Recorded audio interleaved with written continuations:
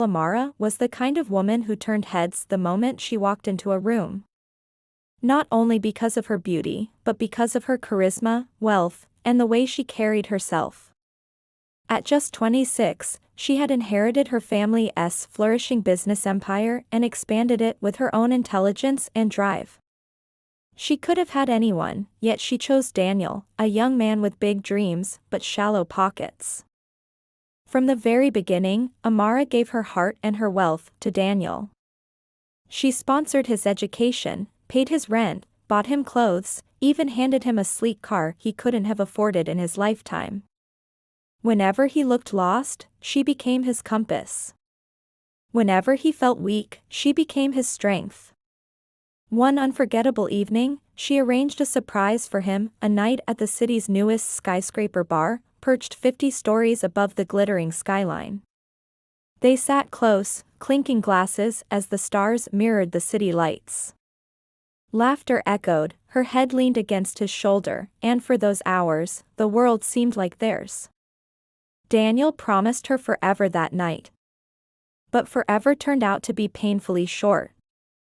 Just weeks later, Daniel began acting strangely. His texts became shorter, his excuses more frequent, his laughter with her less genuine. Amara, with her sharp intuition, knew something was wrong. The truth came to her like a storm. Daniel had shifted his attention to another lady, Sylvia, a woman who appeared to live in the same luxurious circles as Amara. What Daniel didn't know was the cruel irony. The wealth that dazzled him in Sylvia's presence wasn't Sylvia's. It wasn't even her father's. It was Amara's money. Months ago, Amara had lent Sylvia's father a generous sum to save his failing company, a secret she kept hidden.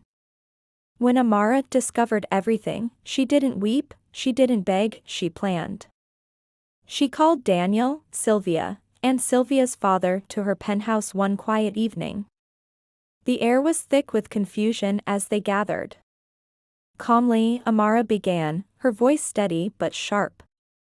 Daniel, when you had nothing, I gave you everything. I stood by you, spent on you, believed in you.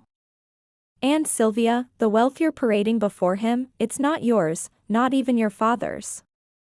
It's mine. I lent your father the very money Daniel thought belonged to you. Tell me, Daniel, how does it feel to betray the hand that fed you, for a fortune that was never real? Sylvia's father bowed his head in shame, admitting the truth.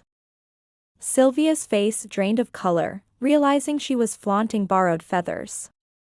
Daniel's mouth opened, but no words came out. His arrogance had collapsed into humiliation. Amara straightened her back and delivered her final blow. I'm done with this relationship.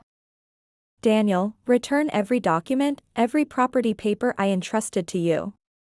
And Mr. Okoro, she turned to Sylvia's father, prepare to repay the loan in full. I will no longer carry this burden for you. She walked out of the room with the grace of a queen who knew her worth, leaving silence behind her. Sylvia, embarrassed and hurt, turned to Daniel. I regret ever letting you close to me. You're nothing but a parasite. We're done.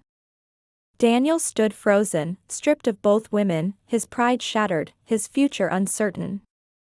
As for Amara, she didn't look back. She had loved deeply, but she valued herself more. And in the end, she gained the greatest victory, not revenge, but freedom.